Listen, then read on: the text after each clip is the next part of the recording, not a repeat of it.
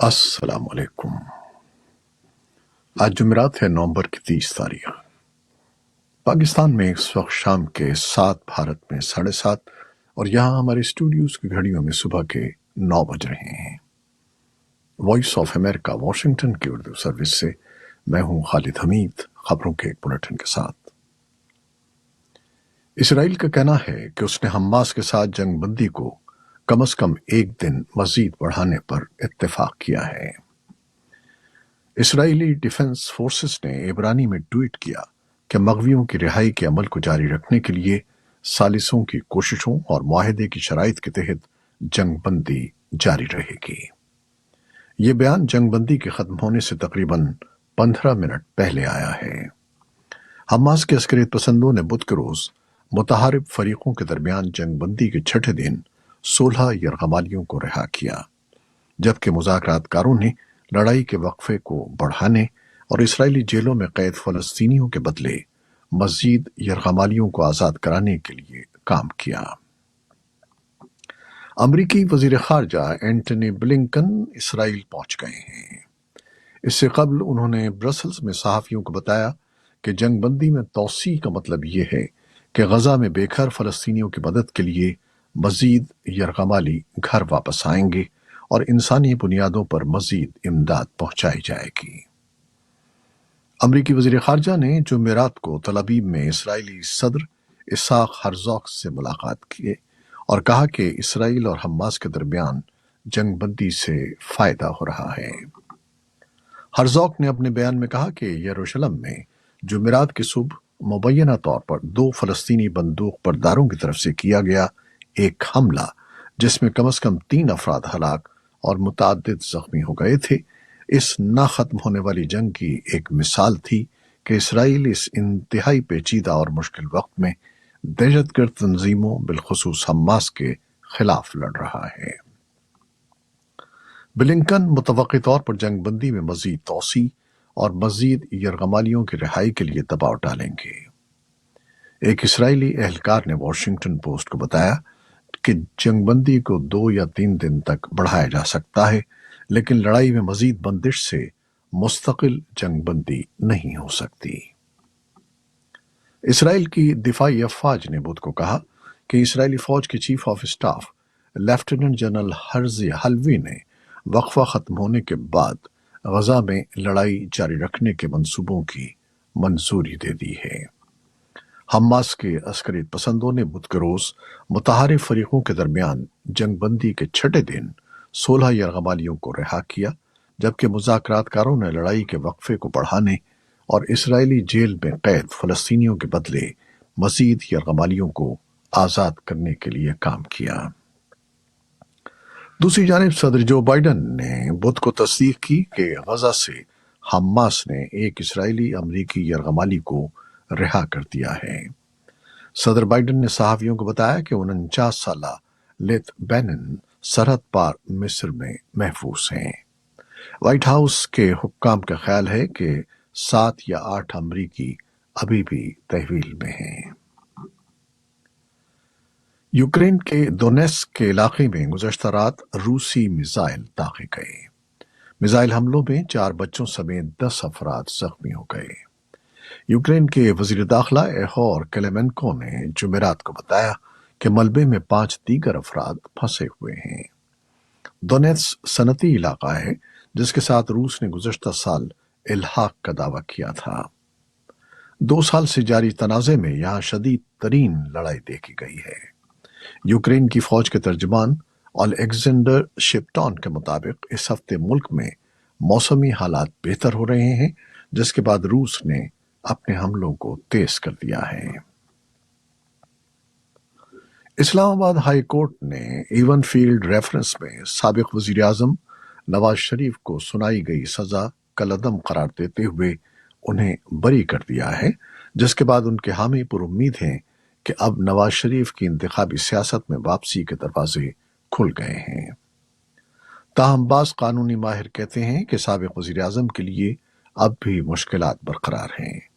कानूनी माहिरीन का कहना है कि इवन फील्ड रेफरेंस में बरियत के बाद अब अल अजीजिया रेफरेंस और सुप्रीम कोर्ट की जानिब से ताहयात नाअहली का मामला ही नवाज शरीफ की राह में रुकावट है।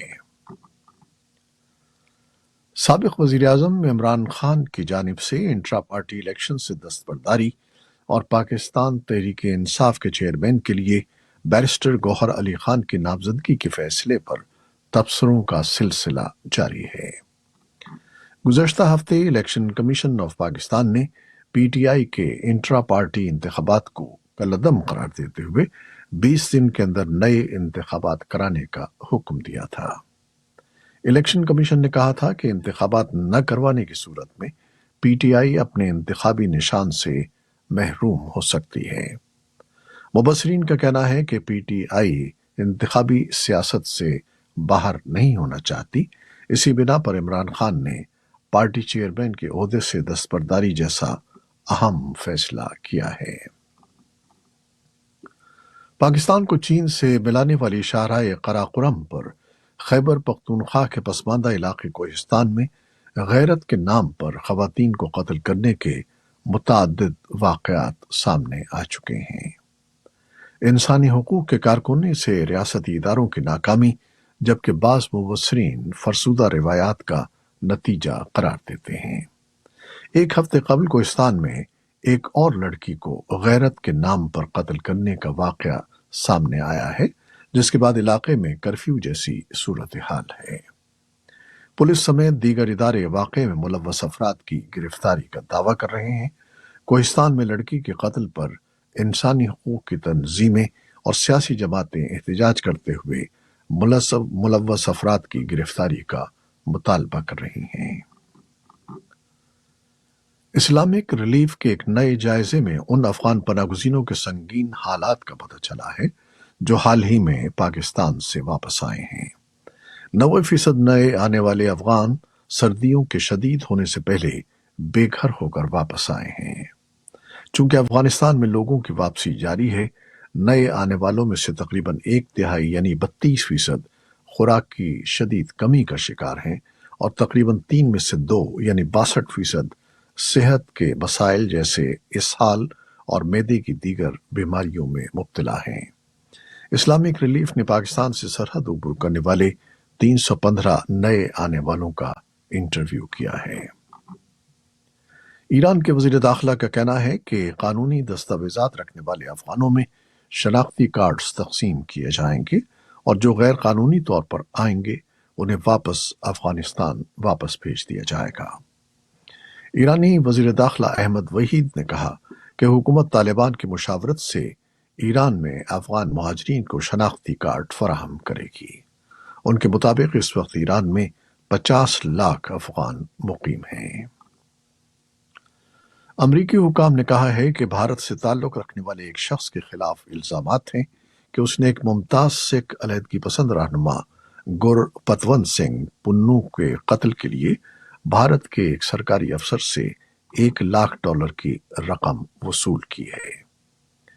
मैनहट्टन की विफाकी अदालत ने फर्द जुर्म में 52 साला निखिल गुप्ता पर किराए पर कत्ल की साजिश के इल्जामात आयद किए हैं। व्हाइट हाउस ने गुप्ता के खिलाफ इल्जामात पर बराह रास्त तबसरा करने से इनकार किया है, लेकिन कहा कि इंतजामिया के एहलकारों ने फौरी कार्रवाई की है। सदर बाइडन ने ग्रुप ऑफ 20 समिट में यह मामला बराह रास्त वज़ीर आज़म नरेंद्र मोदी के साथ भी उठाया था, जिसके बाद भारतीय हुकूमत ने 18 नवंबर को मामले के तमाम पहलुओं का जायजा लेने के लिए एक आला सतही तहकीकाती कमेटी तश्कील दी थी। दुबई आज से आइंदा 2 हफ्तों तक अक़वाम मुत्तहिदा की आबो हवा से मुतालिक कॉन्फ्रेंस COP28 की मेज़बानी कर रहा है, जिसमें उम्मीद की जाती है कि सदी के आखिर तक कुर्रे अर्ज़ को बहुत ज़्यादा गर्म होने से बचाने के लिए नए तरीक़ों पर इत्तेफाक किया जाएगा।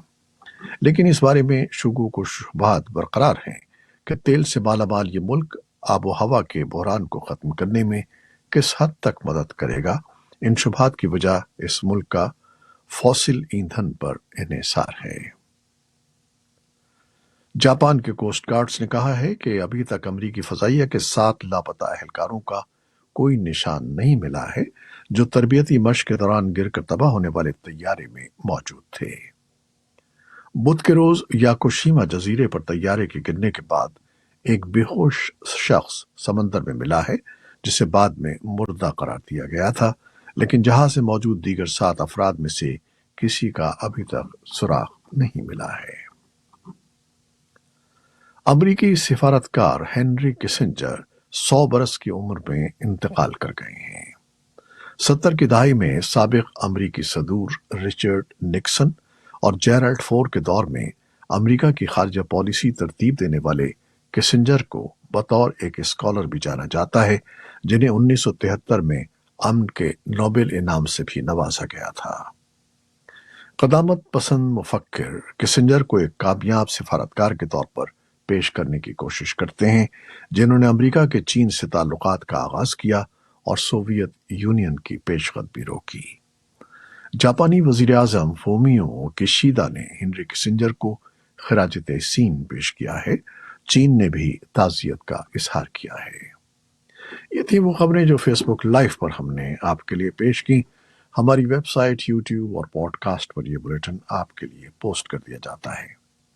आप हमारे बुलेटिन को शेयर करते हैं और अपने कमेंट्स में अपनी मोहब्बतों का इजहार करते हैं। इसके लिए हम आपके बेहद ममनून हैं। अपनी इन काविशों को जारी रखिएगा। न्यूज़ प्रोड्यूसर आयजा इरफान और न्यूज़ एडिटर बहजत जिलानी के साथ खालिद हमीद को अब इजाज़त दीजिएगा। अल्लाह हाफिज।